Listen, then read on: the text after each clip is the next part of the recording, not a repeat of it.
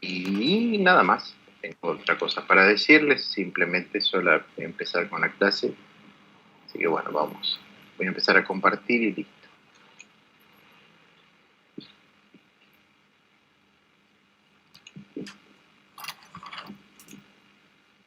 Bien. Ahí estamos compartiendo, ¿no? Sí, profe. Bueno, excelente. Bien, entonces, como yo ya les dije antes, para el día de hoy tenemos, ya estamos dando vueltas, digamos, en la parte del sector externo. Es una clase que claramente es una continuación de lo que ustedes estuvieron viendo con la profesora el día martes, donde vieron toda la parte de la temática del comercio internacional.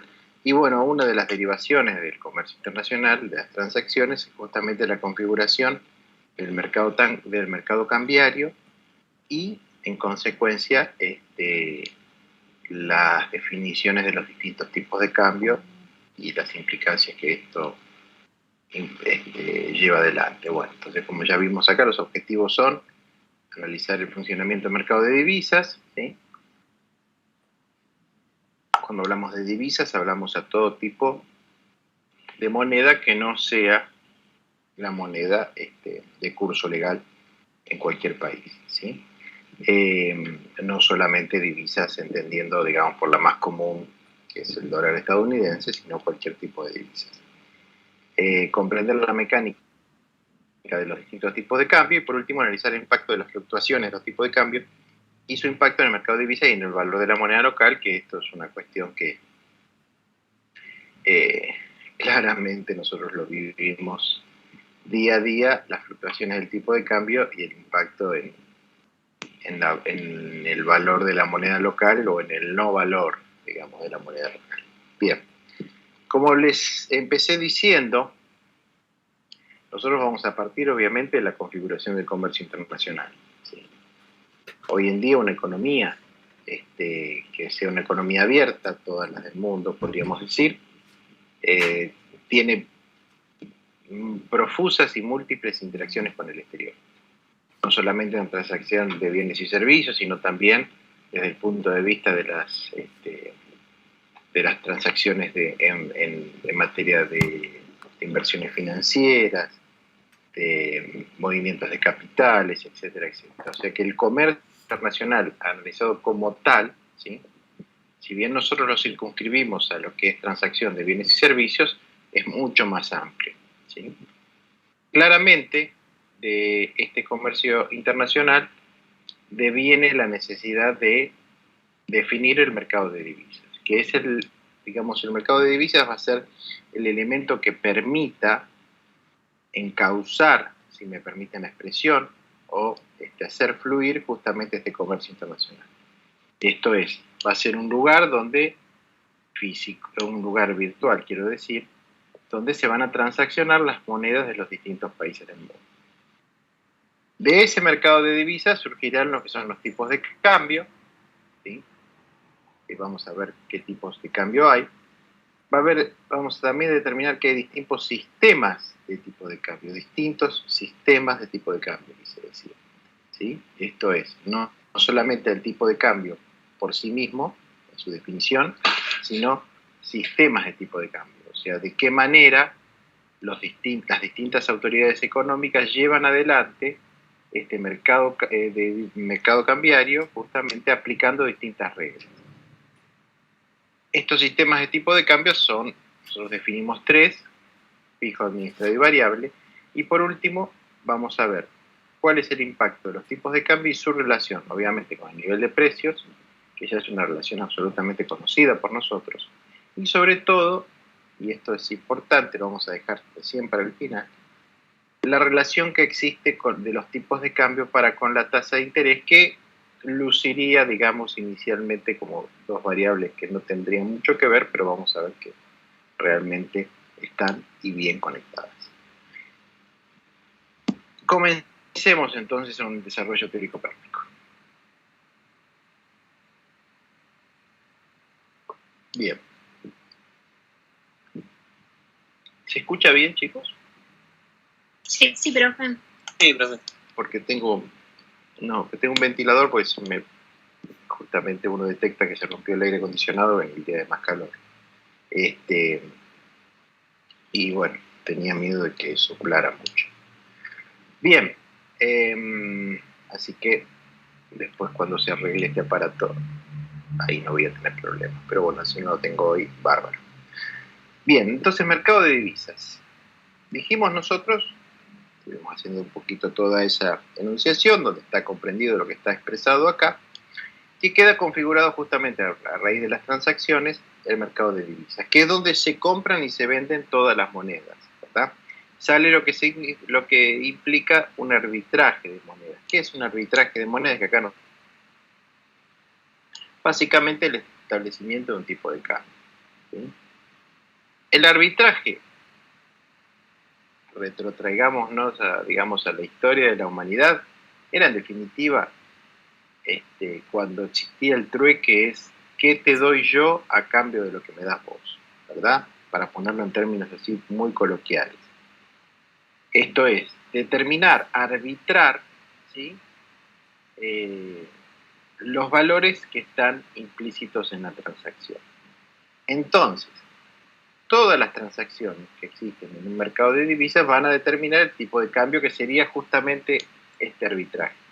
El tipo de cambio es ni más ni menos que en términos nominales definido como el precio de una moneda expresado en otra, ¿verdad? O sea, cuántas unidades, en este caso de mi moneda, de nuestra moneda nacional, tenemos que poner por una unidad de otra moneda extranjera, ¿verdad? Supongamos. El tipo de cambio obviamente será 100 pesos por dólar, supónganse, 200 pesos por dólar, 300 pesos por dólar, 50 pesos por real. O sea, el tipo de cambio se define en función a la cotización de la moneda, ¿sí? Va a haber distintos tipos de cambio dependiendo de la moneda con la cual tengamos relación. Siendo así que nosotros vamos a determinar un tipo de cambio nominal, que es el que acabamos de expresar, ¿verdad? Ahora, cuando nosotros incorporamos en nuestro análisis la variación de los precios en los distintos países intervinientes en esta transacción de monedas, ¿sí? Nosotros vamos a ver que tenemos que empezar a analizar la relación existente a los efectos de intercambiar bienes y servicios de un país para con otro, ¿sí? O sea que el tipo, ahí hace su aparición lo que se denomina el tipo de cambio real. Y el tipo de cambio real, chicos, es ni más ni menos que medir el precio de una determinada cantidad de bienes y servicios, una canasta de bienes y servicios, en nuestro país, respecto de idéntica canasta, de idéntico grupo, con relación al extranjero. O sea que yo voy a tener un tipo de cambio, por ejemplo, para con el real, si yo puedo lograr medir una canasta de bienes y servicios en Argentina con respecto a idéntica canasta en nuestro país hermano de Brasil, ¿sí? Bien, el tipo de cambio real surge, ¿sí?, siempre de la relación que está acá expresada. Acá donde dice E, en definitiva, en términos técnicos, se lo denomina con la letra epsilon griega, ¿verdad? Que es así grande, podemos decir, más redondeada. Entonces, el tipo de cambio real surge de el nivel de precios del exterior, externo, del país que yo estoy analizando, por el tipo de cambio nominal para con relación a esa moneda, sobre el índice de precios internos. ¿Estamos de acuerdo? O sea que si yo quiero sacar el tipo de cambio real para con Perú, ¿verdad?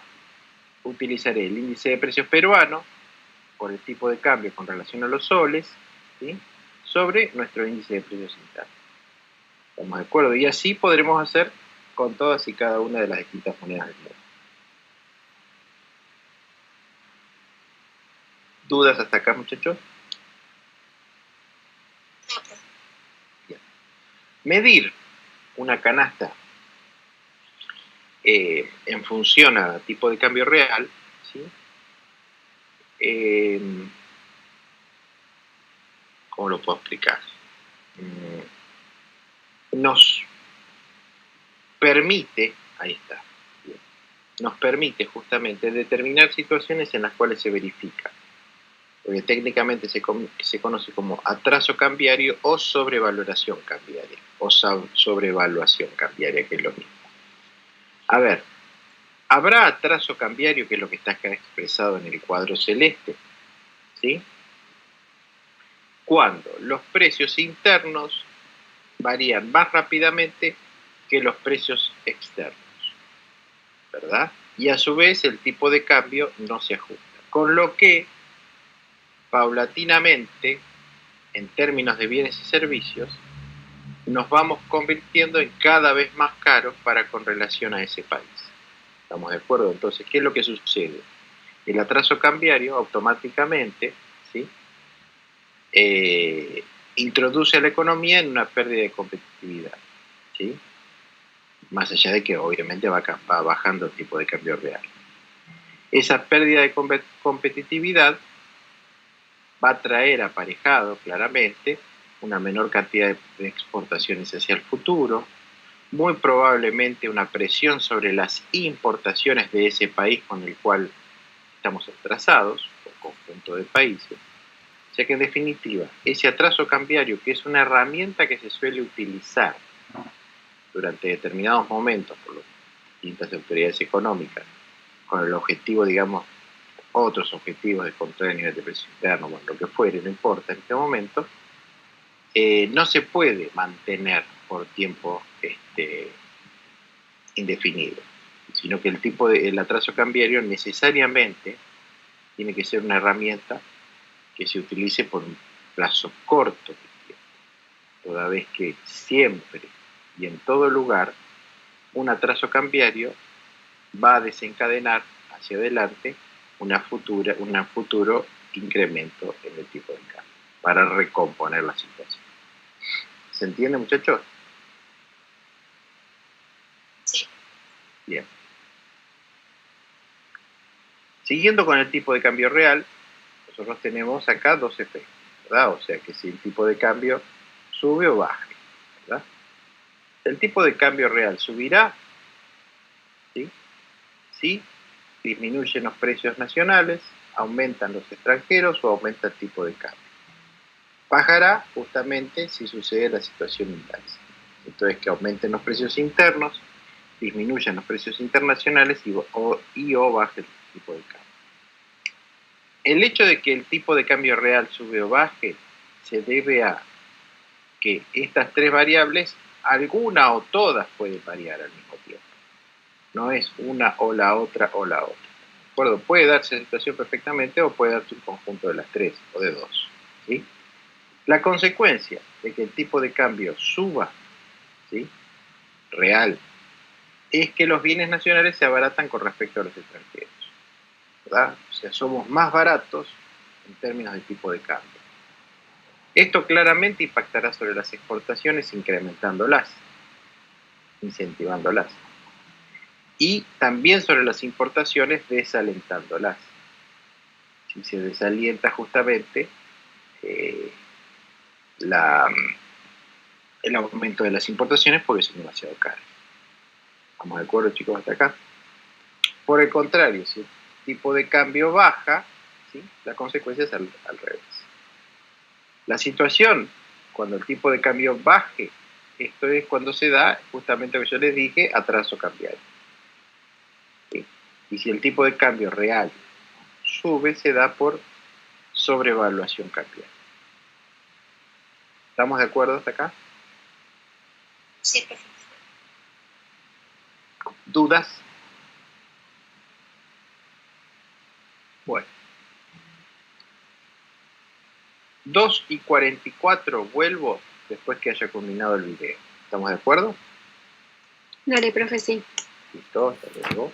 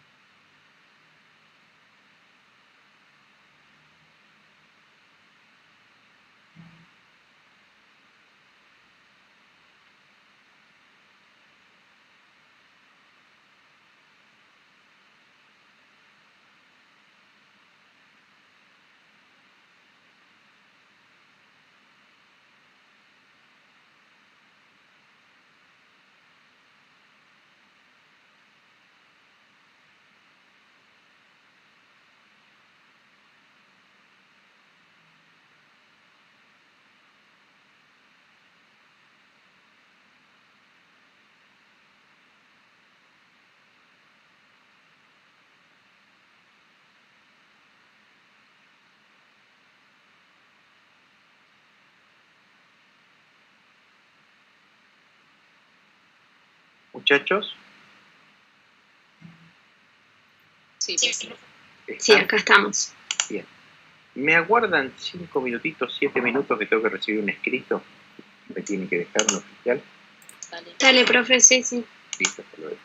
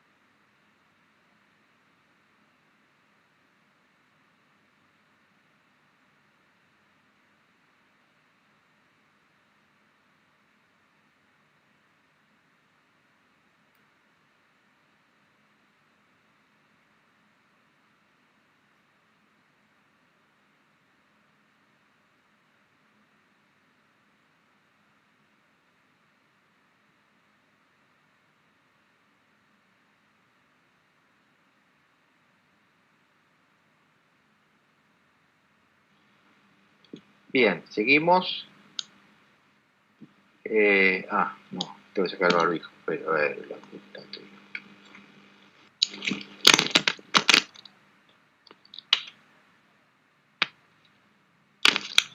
Discúlpenme.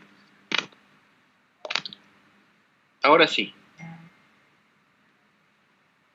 No hace falta dar clase con barbijo, ¿no? Bien. No, por ahora. Por ahora no, por lo menos. Sigamos entonces. Diario no.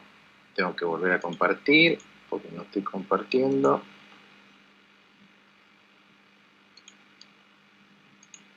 Ahora sí. Bueno, entonces han visto lo que yo les venía explicando claramente, ¿verdad? Así que nadie debería tener ninguna duda, creo yo. Así que podríamos perfectamente, acá dice, el hecho de que en un país se produzca una devaluación del peso implica que el precio del pollo local, ¿no?, se convierte en relativamente más barato aquí que en Estados Unidos. ¿Qué opinan al respecto? ¿Será así o no será? Si hay una devaluación del peso, va a ser más caro comprar acá adentro. Ajá. ¿Qué opinan? ¿Alguien opina distinto acá? ¿Quién opinó? Perdón, porque no te vi. Germán, pero recién me puedo conectar, profe. Estaba sin internet. Bien. ¿Qué opinan de lo que dijo Ornella? ¿Alguien opina algo? ¿Nadie quiere opinar? Entonces, si hay una devaluación, ¿no les conviene a los americanos comprarnos pollo a nosotros porque nuestro producto se abarató? Exactamente. Sí, exactamente, es al revés de lo que dijo Ornella. El hecho de que en el país haya una devaluación del peso implica que el peso pierde valor, ¿verdad? Al el peso perder valor, y obviamente el precio del pollo se mantenga constante, vamos a ponerle esa condición, claramente, en términos pollo argentino versus pollo americano, claramente el pollo argentino se va a convertir en más barato, ¿verdad? Ahí tenemos Yo me refería, perdón, a que era más caro para nosotros. O sea, al devaluarse la moneda. En definitiva, no. Tampoco. O sea, vos, no porque vos seguís estando acá dentro, digamos. El tema es cuando lo ves desde afuera. El hecho de que la moneda se devalúe, como dijiste vos, ¿sí?, vos perdés valor en tus ingresos. En términos reales, obviamente, estás perdiendo como la guerra, ¿verdad? Ahora, si vos estás medio acá adentro y podés recomponer tu salario de acuerdo a los precios, no vas a tener problema. El tema es cuando vos quieras, ¿sí?, acceder a un mismo bien en el exterior, que te vas a encontrar totalmente desfasado. No sé si se entiende. Sí, o sea, yo supuse que si el peso se devalúa, como que el precio del pollo iba a aumentar acá. Es lo que nosotros como argentinos vamos a esperar, es lo que va a suceder, ¿verdad? Pero en términos teóricos no debería ocurrir. No debería. Bien. Ahí yo les voy a poner un punto, una llamada, quiero que ustedes hagan. ¿Por qué? Porque ustedes en el video no escucharon la palabra devaluación. O sea, lo que ustedes estuvieron, lo que hablaba ahí el muchacho colombiano, hablaba de apreciación y depreciación, ¿verdad? ¿Estamos de acuerdo? Bien. Por ahora, después me voy a contradecir, pero por ahora vamos a tomarlo como que son sinónimos lo que es una devaluación que una depreciación, ¿verdad? Por ahora es exactamente lo mismo. Idéntico caso para una apreciación con una revaluación. ¿Estamos de acuerdo?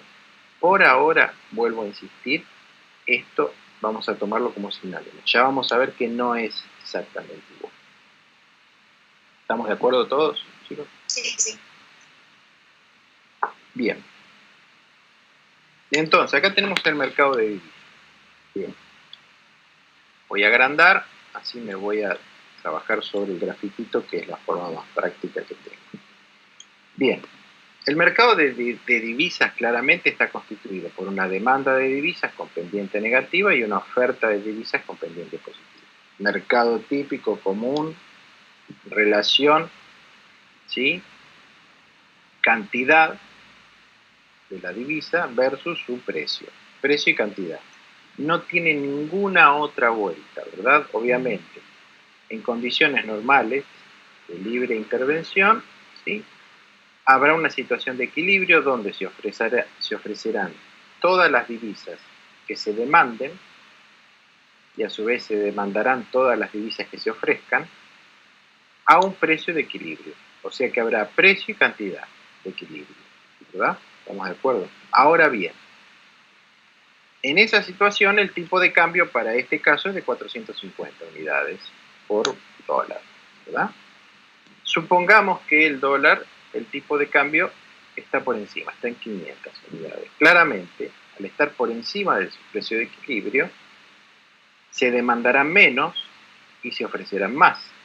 ¿Estamos de acuerdo? Por una cuestión de ley de oferta y demanda, esto ya ustedes lo conocen. O sea que el establecimiento de un tipo de cambio por encima del precio de equilibrio da nacimiento a un superávit en el mercado cambiario. ¿Estamos de acuerdo? Chicos, hasta acá. ¿Sí?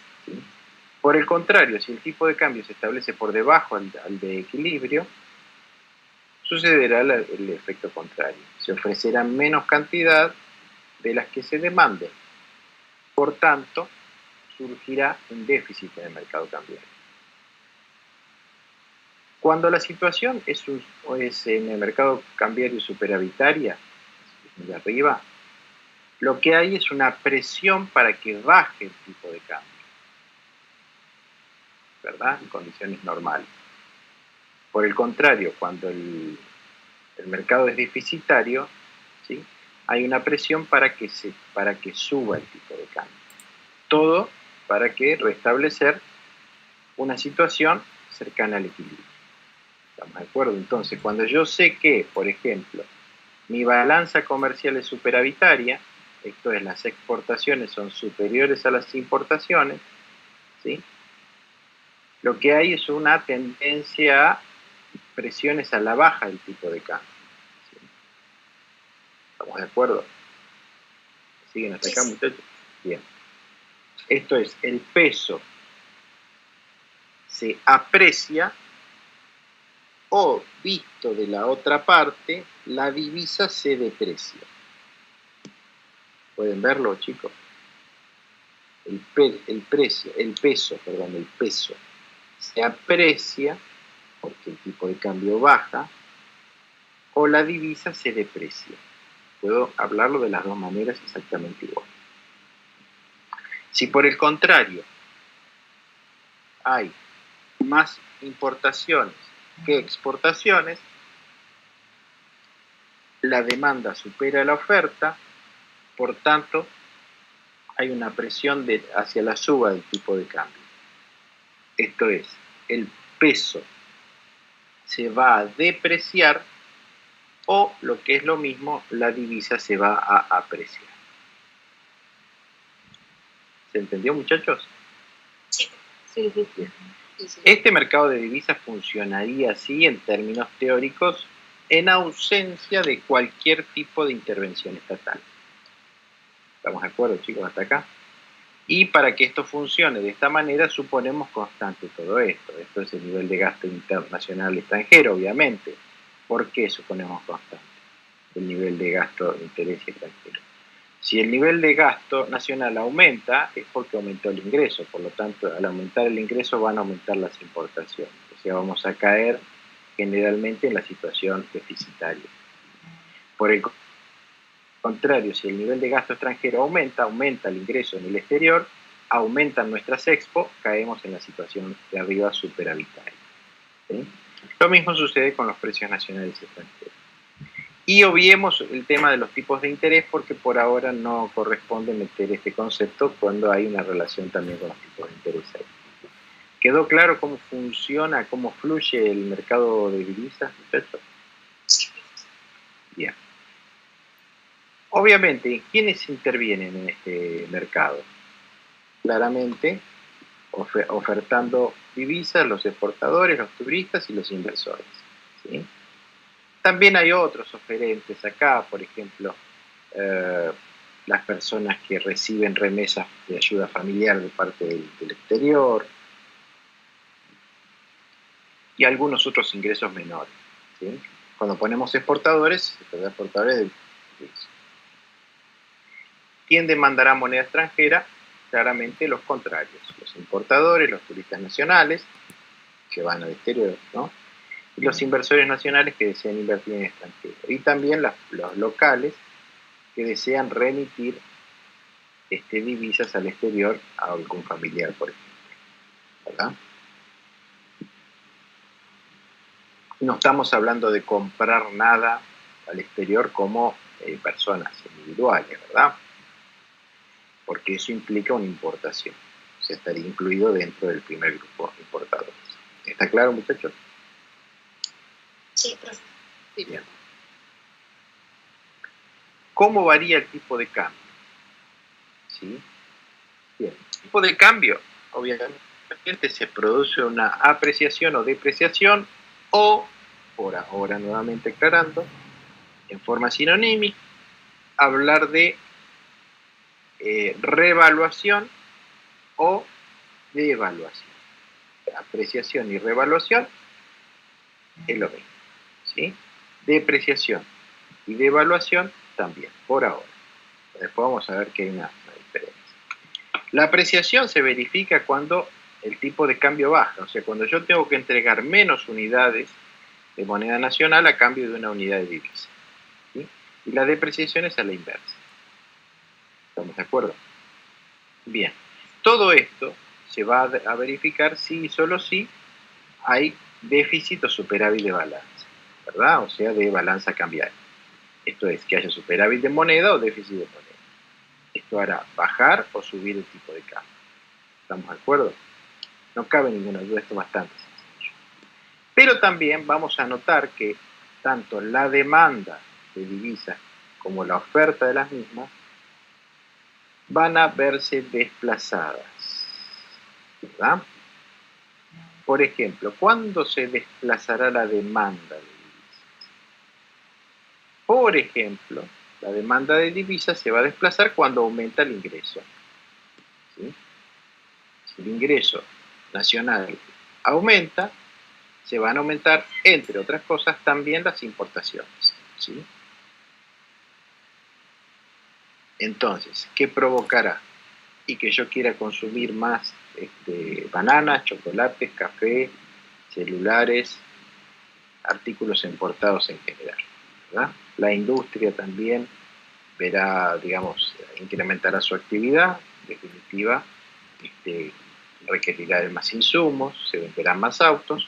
Cualquier circunstancia que implique un aumento del ingreso nacional va a desplazar la demanda de divisas hacia la derecha. Viceversa si el ingreso disminuye, ¿verdad? Obviamente, cualquier desplazamiento de demanda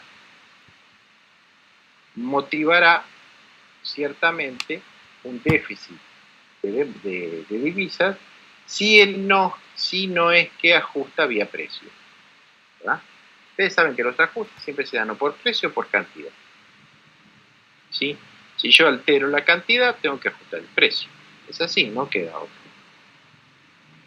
Por el contrario, un desplazamiento de oferta de divisas se va a dar, en este caso está mencionado, por ejemplo, cuando aumenta el ingreso en el exterior, por ejemplo, ¿verdad? Esto lo que hace es incrementar nuestras exportaciones, ¿sí? La oferta de dólares aumentará. ¿Estamos de acuerdo, chicos, hasta acá? ¿Se entiende cómo funciona? Sí, profesor. Todo esto siempre estamos hablando en ausencia de intervenciones estatales, que ahora vamos a ir a ello. Profe, ¿el crecimiento de la demanda se da solamente por el aumento del ingreso o hay otros motivos que causar el crecimiento? ¿Aumento de la demanda de divisas? Sí, sí. Bien. No, un ejemplo es el aumento del ingreso. También las divisas van a aumentar, se desplazará, por ejemplo, si baja el tipo de cambio, ¿verdad?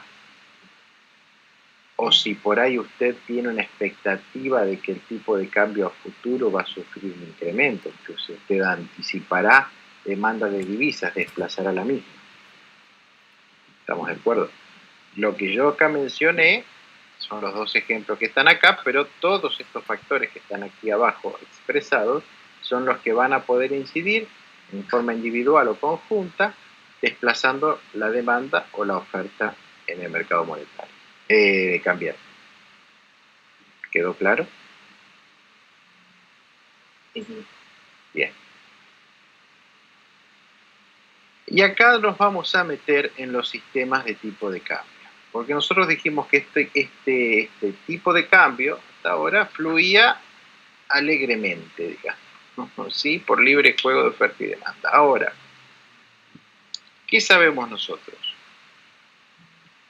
Sabemos que este mercado, ¿sí? Y sobre todo acá en Argentina, siempre está excesivamente regulado. ¿Sí? Saquémosle el excesivamente. Siempre está regulado. ¿De acuerdo? O sea, siempre presenta algún tipo de regulación por parte de la autoridad monetaria. ¿Cómo regula el tipo de cambio? Adoptando, ¿sí?, alguno de los tres sistemas que acá están expresados. Esto es un sistema de cambio fijo, un sistema de cambio administrado o un sistema de cambio variable o flexible. ¿Verdad? Bien. Explicado, dice bien. ¿Cuándo un sistema de tipo de cambio es fijo? Cuando el tipo de cambio está fijado por parte de la autoridad monetaria. En nuestro caso, el Banco Central. ¿Verdad? El Banco Central determina un tipo de cambio, una tasa de cambio, tipo, no importa, ¿sí? 500 pesos, $1, por decir un ejemplo, ¿sí? Y lo fija sin analizar la oferta y la demanda. ¿Qué es lo que implica el establecimiento de un tipo de cambio fijo? Un sistema de cambio fijo, que el Banco Central está obligado a intervenir activamente para mantener ese tipo de cambio. Esto es, cuando haya presiones a la baja, saldrá a comprar todas las divisas que sean necesarias para tratar de que su precio aumente. Y viceversa, cuando el tipo de cambio presione al alza, lo que tendrá que hacer es vender todas las divisas necesarias para restablecer justamente ese equilibrio fijado arbitrariamente. Para el establecimiento de un sistema de cambio fijo requiere de que la autoridad monetaria tenga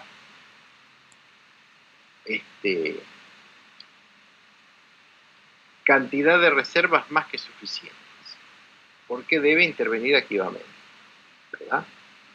Ahora bien, este sistema de tipo de cambio fijo ¿es un sistema óptimo? Y la respuesta es no. Es bueno como todos, tiene sus cosas buenas y sus cosas malas. Sin ir a detallar pros y contras, que eso corresponde un poquito más adelante, sí que debo decir yo que si un país tiene permanentemente déficit de balanza, ¿sí?, eso implica necesariamente que el déficit de balanza lo obliga siempre a entregar más divisas de las que entran, las reservas se le van a terminar agotando, ¿sí? Nuestro país adoptó en una época pasada, no tan lejana, durante el periodo de la convertibilidad, justamente un sistema de cambio de cambio fijo, ¿verdad?, donde se estableció justamente una relación de conversión, un peso igual a un dólar. ¿Estamos de acuerdo, chicos? Algunos de ustedes quizás tengan recuerdo o lo haya vivido, ¿sí? Y algunos de ustedes también, lamentablemente para mí, son posteriores a la convertibilidad.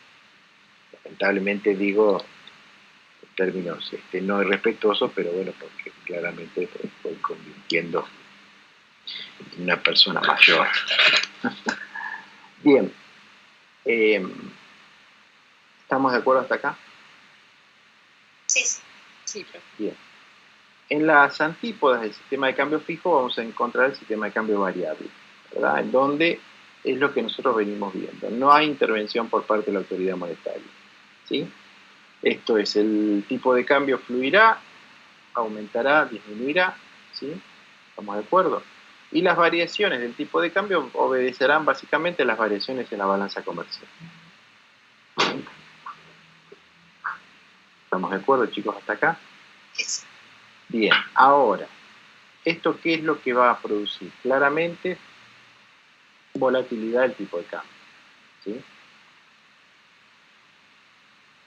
También dentro de estos sistemas es que a veces hay algunos matices en lo que se denomina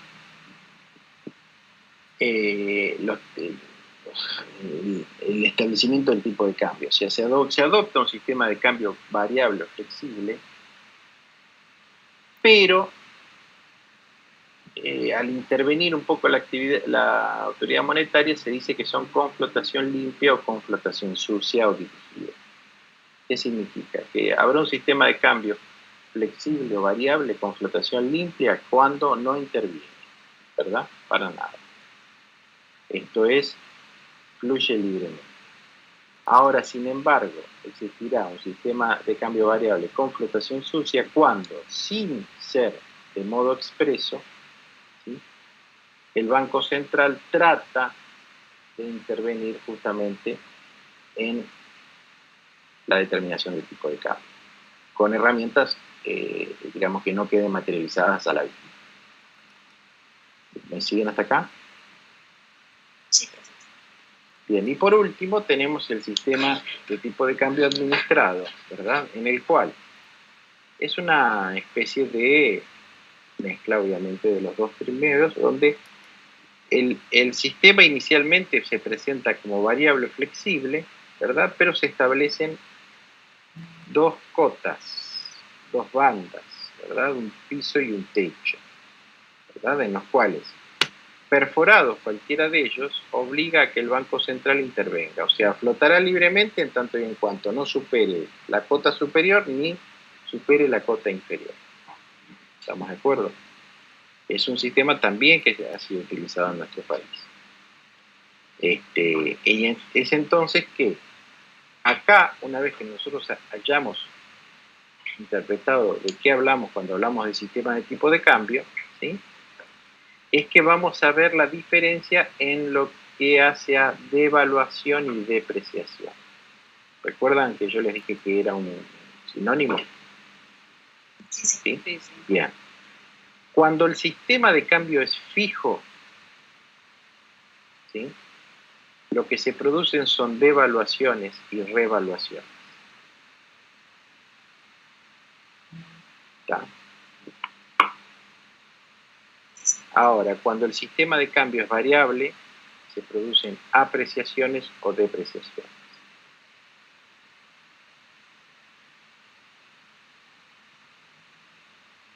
¿Estamos de acuerdo, chicos? Sí. Bien. Entonces, hablar de una depreciación o una devaluación, nosotros dijimos, nos tomamos la licencia, que lo hacíamos en forma sinonímica, pero no es tal, ¿verdad?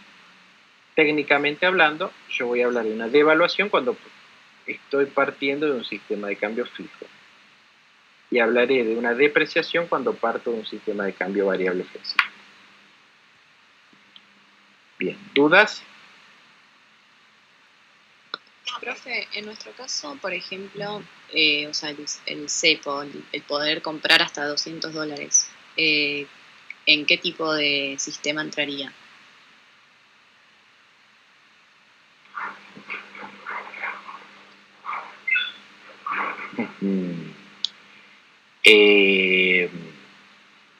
A ver.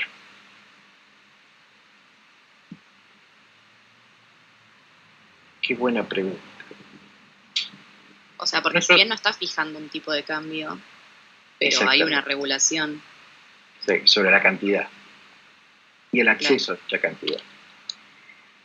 Sí, nosotros trabajamos, nuestro sistema de tipo de cambio es un sistema donde teóricamente se dice que es variable. En realidad, esto no está acá porque corresponde un poquito a un análisis posterior bastante más elevado.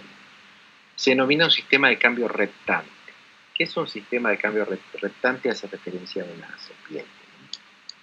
¿Qué es un sistema de cambio reptante? Básicamente es un sistema de cambio, vuelvo a insistir, eso no pertenece a la clase. Es un sistema de cambio que va describiendo una senda trazada, ¿verdad?, de antemano por parte de la autoridad, de manera tal de acompañar el resto de las variables macroeconómicas. O sea, no es fijo, claramente. Tampoco es variable, porque la evolución ya está pautada. Ni tampoco es administrado. ¿Por qué? Porque no hay ni cotas ni superiores ni inferiores, ¿verdad? O sea, en definitiva lo que hay es un sendero de una depreciación, ¿sí?, en forma administrada. ¿Estamos de acuerdo? Sería, yo si tuviera que ponerle alguna de estas tres grandes clasificaciones, yo diría que es un sistema de cambio variable con flotación sucia al extremo Riachuelo, digamos, ¿sí? Claro. Y Sí, nivel Riachuelo. O sea, estamos hablando de absolutamente intervenido. Pero sí no es fijo, claramente, ¿sí?, y tampoco es administrado. Vuelvo a decir, nosotros hemos tenido un sistema de cambio fijo durante la convertibilidad, ¿sí? Hemos tenido sistema de cambio administrado también durante un periodo de la presidencia de Pedro Macri, donde hubo un sistema de cotas, ¿verdad? Y después tenemos esto, ¿sí?, que es lo que hay. ¿Estamos de acuerdo? Ok, Así sí. que no tengo mucho más para decirle porque tampoco podría yo indicarle nada distinto. Bien. ¿Podemos avanzar? Con relación a estos sistemas de tipo de cambio, ¿sí?, vamos a ver que los tres presentan ventajas y desventajas, claramente, ¿sí? El fijo, las ventajas es la estabilidad. Claramente si está definido el tipo de cambio en la estabilidad, sobre todo en mercado de divisas y en precios, ¿verdad? Uno sabe perfectamente los costos de reposición de los bienes atados a la importación. O sea, que a los efectos de dotar de estabilidad a una economía, el establecimiento de un tipo de cambio fijo es absolutamente, es una herramienta sensacional. Pero qué gran inconveniente presenta. Justamente, la autoridad monetaria tiene que trabajar muy activamente para mantener el tipo de cambio, comprando y vendiendo, ¿verdad?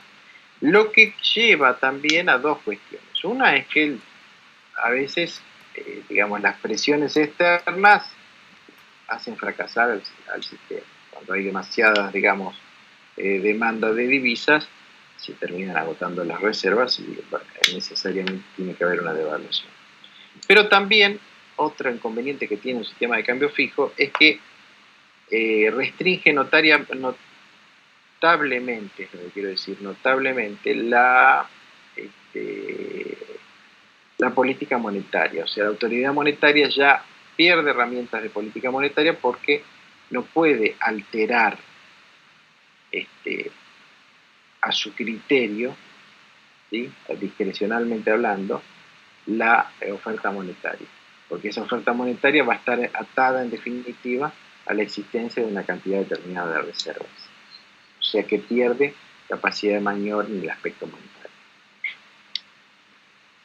El sistema de cambio variable o flexible, ¿verdad?, siguiendo, digamos, la forma que nosotros analizamos antes, es el que se presenta como el mejor, ¿verdad?, el más óptimo. ¿Por qué? Porque si se cumplieran las leyes del mercado, digamos, sería la solución perfecta, pero como sabemos nosotros, soluciones perfectas no. Y presenta los inconvenientes que acá están expresados. Hay que ver qué es lo que pasa con respecto a las Expo y las Impo, si son muy sensibles a sus regresiones. Saben ustedes que la alteración de Expo e Impo alterará el tipo de cambio. Esa alteración del tipo de cambio, que puede subir o bajar, lo que hace es volver a la economía absolutamente inestable y poco previsible, en un escenario de incertidumbre permanente, ¿sí? Y esto da también lugar a la especulación. En los países que tienen así muy fuertes en términos económicos se permite el sistema de cambio variable. Pero porque de antemano saben que el sistema productivo, digamos, es robusto, el nivel de exportaciones es muy bueno, no se exceden las importaciones. Hay todo un marco que hace que el sistema flexible o variable se presente como óptimo. acuerdo? El sistema administrado es el que más se utiliza en el mundo, ¿verdad? Porque es que prevé una cierta...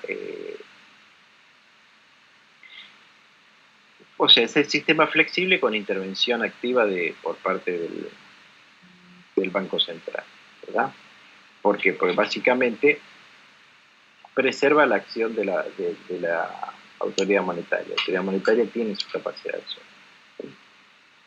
Y en definitiva, como actúa con discrecionalidad, ¿sí? Lo que hace es actuar de acuerdo a la conveniencia. Lo que eso también conlleva a un inconveniente. La pregunta es ¿por qué? Porque discrecionalmente hablando, a veces puede actuar en la forma no conveniente en un momento determinado. ¿Está claro? Sí, profe. Sí. Bien. Vamos ahora con la paridad del poder adquisitivo. Guarden un momento que me silencio.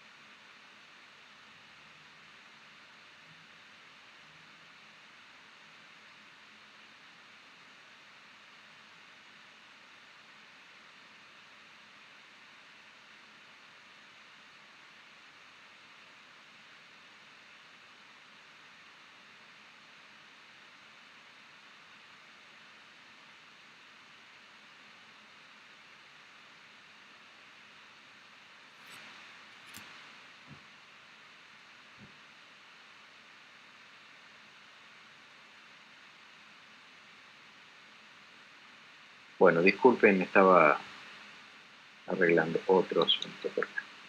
Bien. Paridad del poder adquisitivo, PPA. ¿Sí? Es una teoría económica vieja, por cierto, ¿no? Tiene sus años, ya unos cuantos años. Como toda teoría, bueno, discutible, por cierto, pero con algunos visos de razón, claramente. Según esta elaboración teórica, los tipos de cambio a lo largo del tiempo de las monedas tienden a adoptar un valor tal que uno puede comprar la misma cantidad de bienes y servicios en todos los países, ¿verdad? O sea, ¿qué es lo que, puesto en términos prácticos, esto es? Para mí, el sacrificio es exactamente el mismo. Comprar aquí, en Argentina, una computadora a 100.000 pesos, que irme a Estados Unidos y comprar la misma computadora en $200, o irme a Japón y comprar la misma computadora en 10.000, ¿cuál es la moneda? Yuanes. No, los yuanes son los yenes, ahí está, de 10.000 yenes, ¿verdad? O sea, independientemente del valor nominal, según la teoría, la paridad de poder adquisitivo, los tipos de cambio a largo plazo tenderán a adoptar valores tal que, ¿sí?, yo podría comprar la misma cantidad de servicios en todos los países. Entonces, según esta teoría, obviamente analiza que pueden variar los precios internos, los precios externos, ¿sí? Claramente. Nosotros tenemos un nivel de inflación distinto que el norteamericano o distinto que el japonés, que son los ejemplos que yo utilicé, ¿sí? Pero esto haría que a largo plazo el tipo de cambio variaría de tal forma tal que el tipo de cambio real, epsilon, se mantenga constante, ¿verdad? ¿Estamos de acuerdo? O sea, es una elaboración teórica. Bien. Esbozada esta elaboración, yo tengo que ir a otro estadio del análisis. Es bien, ¿se cumple o no se cumple? Bien. Para que se cumpla, tiene que existir algo que es que todos los bienes y servicios deben comercializarse libre y fácilmente. ¿Verdad? Cosa que en verdad es verdadero en parte, ¿verdad? No todos los bienes se comercializan libre y fácilmente. Y sobre todo, los servicios son los que menos libre y fácilmente se comercializan. ¿Estamos de acuerdo, chicos, hasta acá? O sea que en definitiva, al haber estas barreras, implica que haya dispersión en los precios. No sé si me entiendo.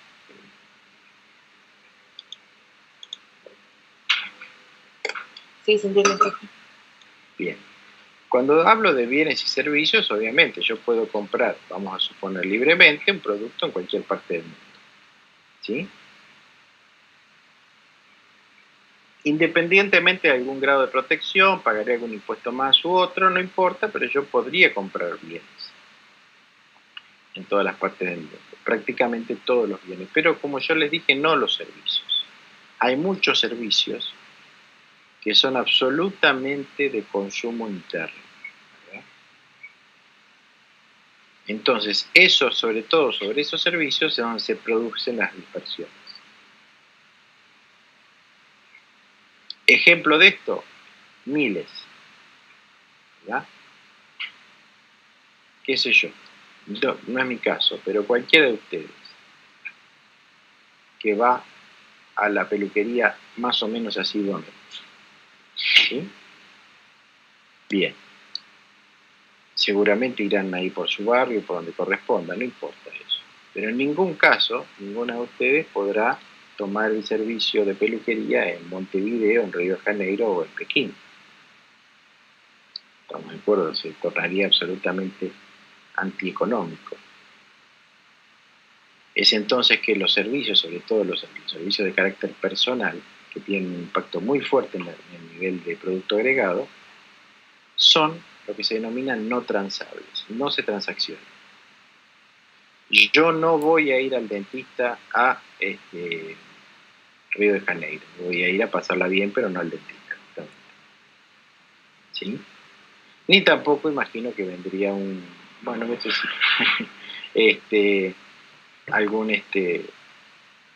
brasileño a atenderse acá.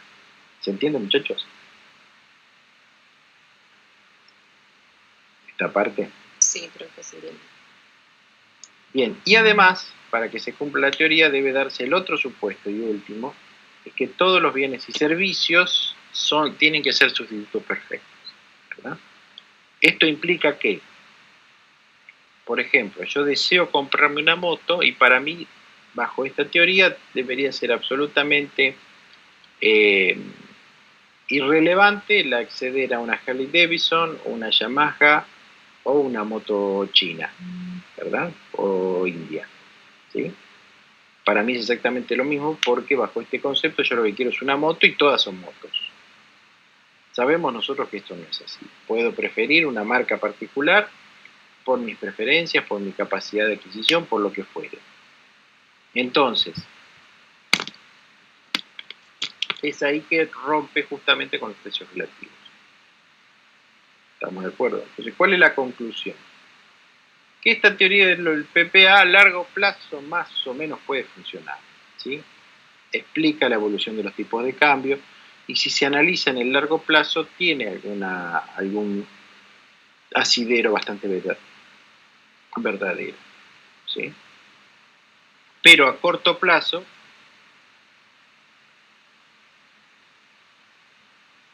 no hay posibilidad ninguna que esta teoría se pueda verificar.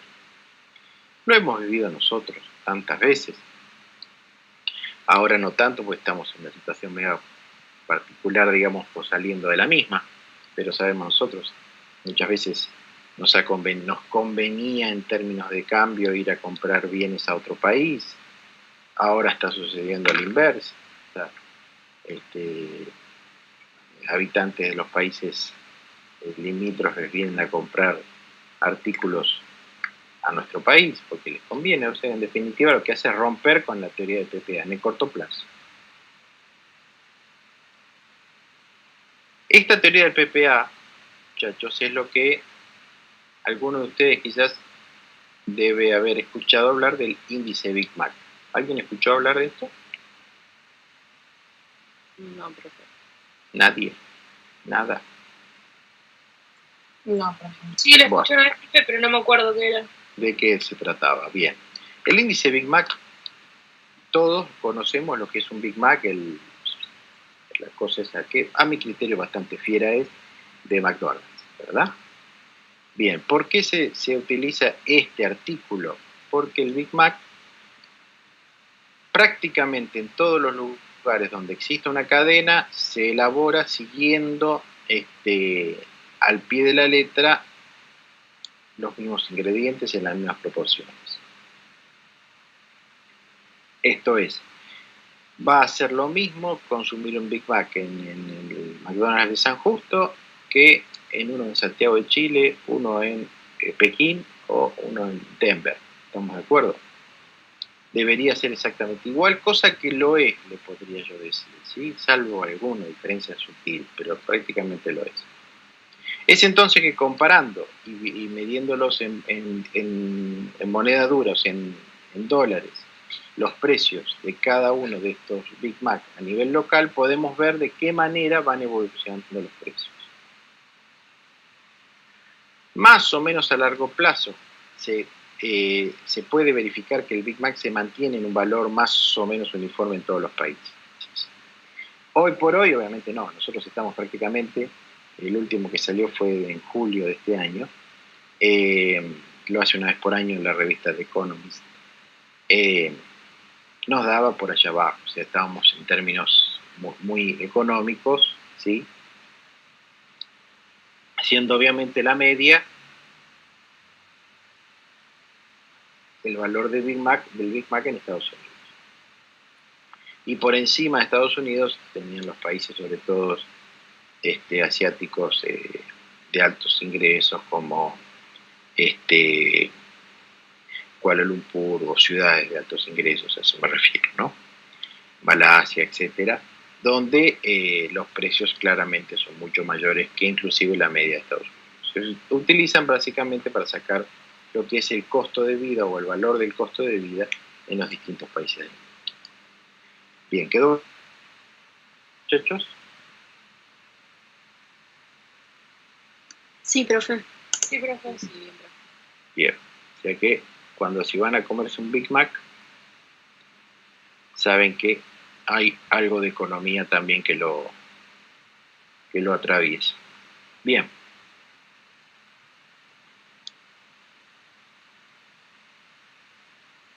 Vamos a ver ahora la relación, que yo le había dicho, que existe entre las tasas de interés y los tipos de cambio. Cosa que yo también les había anticipado que prima facie lucía como una cosa que no tenía relación una cosa con la otra, cosa que es absolutamente falso. A ver, en una economía abierta, en el comercio internacional, la variable tipo de cambio nosotros podríamos decir que es la principal, pero no la única, ni cerca, ¿verdad?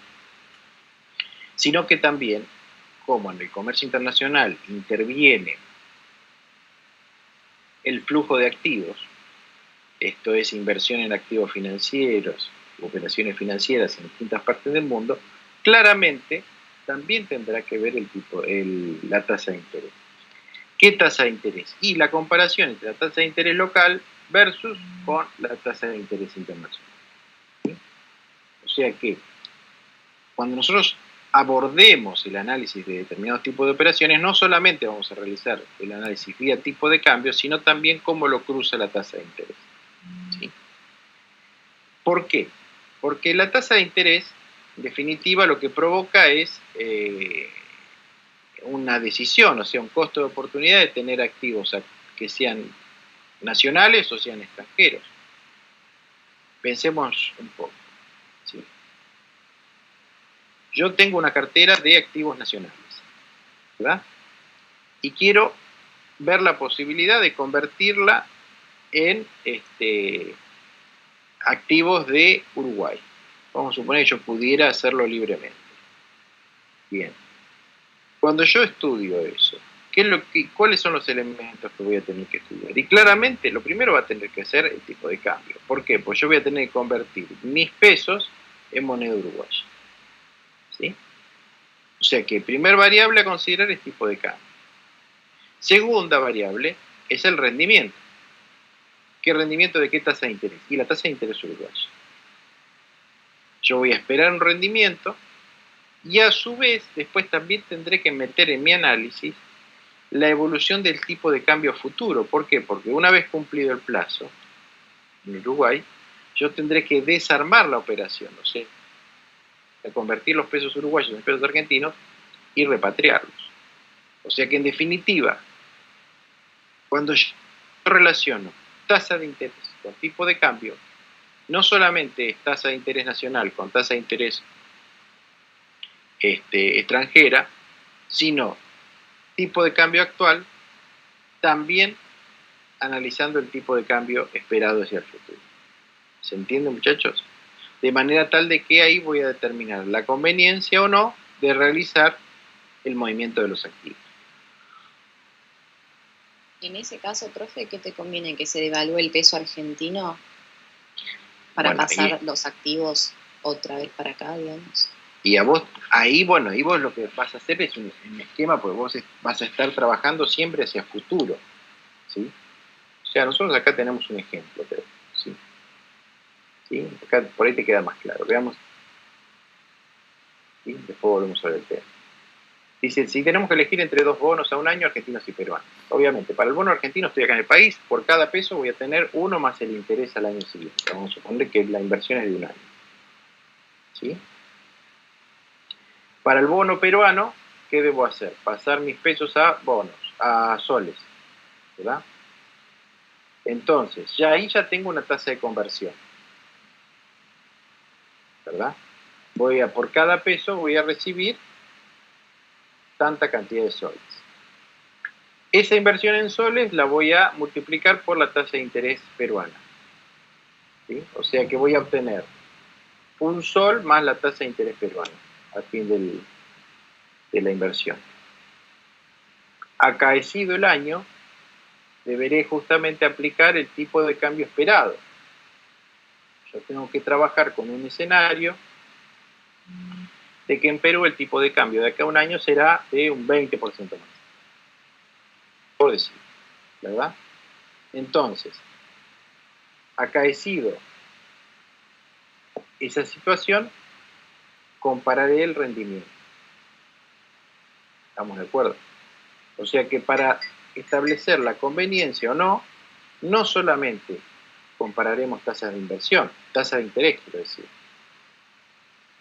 ¿verdad? Porque con esa comparación cualquiera de nosotros decide, bien, me quedo invirtiendo en la Argentina. ¿Por qué? Porque Argentina te da tasas de interés del 40, 45, 50% anuales. Y en otros países, ¿cuánto es? 5 o 6% anual, 4% anual. Si comparo tasa contra tasa, no puedo tener ningún tipo de análisis posible. Directamente todas las inversiones deberían ser en el exterior, ¿verdad? Pero, ¿qué es lo que tengo que hacer? La conversión por tipo de cambio y después justamente la reversión de dicha conversión con el tipo de cambio esperado. Y en el medio justamente está el paso del tiempo, que convierte todo en incertidumbre, depende de qué país estemos analizando. Claro, te va a convenir si a futuro esos soles que generaste a partir de la inversión valen más y podés comprar mayor cantidad de pesos argentinos. Exactamente. Ahí te convendría. Si no, no. ¿Estamos? Por eso es que acá donde nosotros metemos el análisis de la tasa de interés también en el mercado cambiario. ¿Sí? ¿Se entendió, muchachos? Sí, profe. Bien. Uy, qué rico. Bien. Esta cuestión, ¿sí?, es lo que se denomina ahora, y ya más arbitraje en términos técnicos actuales, no lo que yo les mencioné antes, bueno, era lo que se entendía por arbitraje al principio de la historia, que es justamente analizar el tipo de interés nacional debe ser aproximadamente igual al tipo de interés extranjero más la tasa esperada de depreciación de la moneda nacional. O sea, para que el arbitraje sea neutro, ¿verdad? Que me sea lo mismo estar acá o estar en Perú. Y después determinaré si el arbitraje es positivo o negativo. ¿Sí? Si es positivo, implica que me tengo que ir a Perú, ¿verdad? Invertir en Perú y obviamente rogar y esperar que la tasa, digamos, de depreciación de la moneda peruana calculada se cumpla, claramente. ¿Sí? Y si el arbitraje es negativo, implica que yo me debo quedar acá en la Argentina.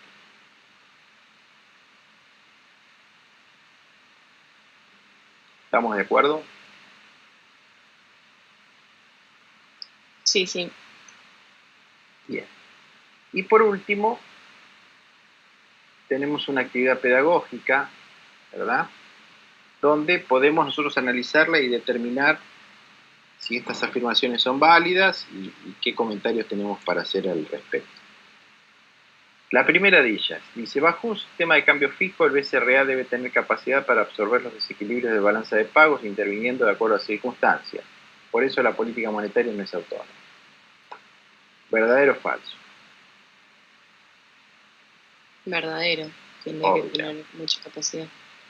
Es absolutamente verdadera, tiene que tener capacidad plena para absorber los desequilibrios de balanza, ¿verdad? Y la monetaria no es autónoma.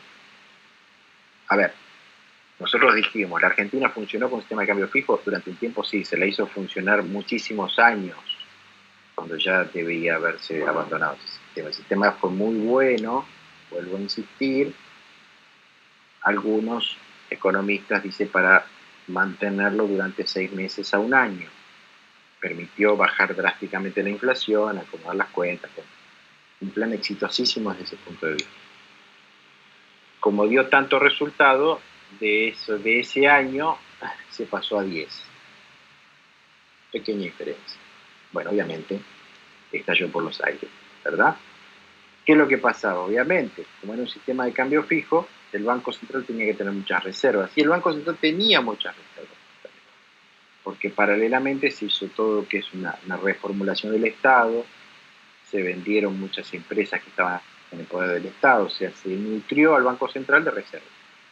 Pero después empezaron justamente los problemas de desequilibrio de balanza de pagos y hubo que entrar en una etapa de endeudamiento para seguir manteniendo justamente el nivel de reservas adecuado para que el sistema funcione. ¿Sí? Esto es así. No queda otra vuelta.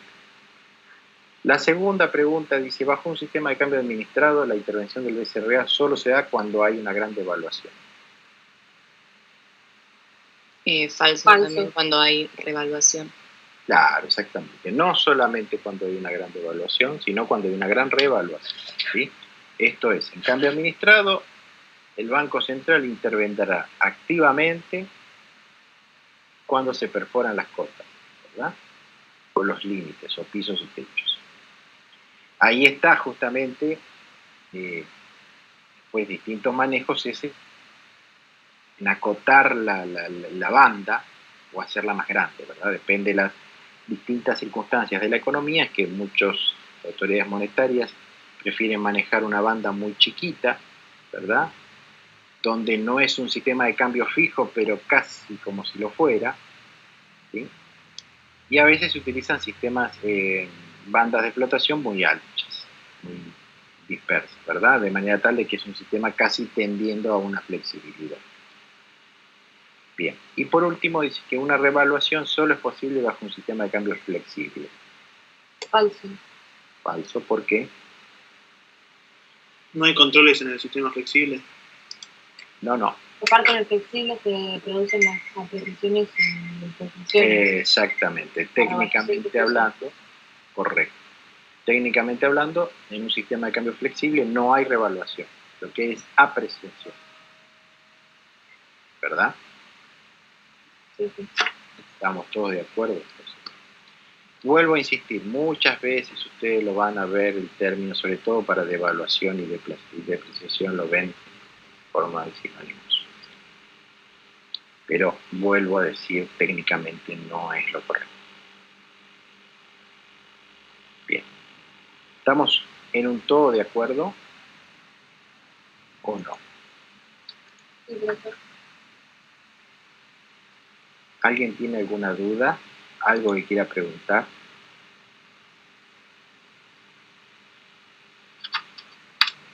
No, profe, todo bien. Bien. Bueno, nadie quiere preguntar nada ni nada. Bueno, Profe, yo me perdí en el último. sí, ¿No hay revaluaciones en el sistema flexible? no, yo lo que dije justamente es que técnicamente hablando, cuando hablamos de un sistema flexible, lo que hay es depreciaciones o apreciaciones. El término revaluación o devaluación lo dejamos para cuando el sistema es tipo de cambio fijo. Ahora sí entendí, profe. ¿Está? Bien. ¿Dudas, muchachos? No, profe. Bueno, entonces nos vamos a ver, si Dios quiere, el viernes que viene. ¿Sí? Dale. Dale, profe, hasta el viernes. Sin antes, bueno, desearles un buen fin de semana y buena semana la que viene y nos estamos hablando. ¿Está? Igualmente, Buen profe. fin de gracias. Chao. Buen fin de profe.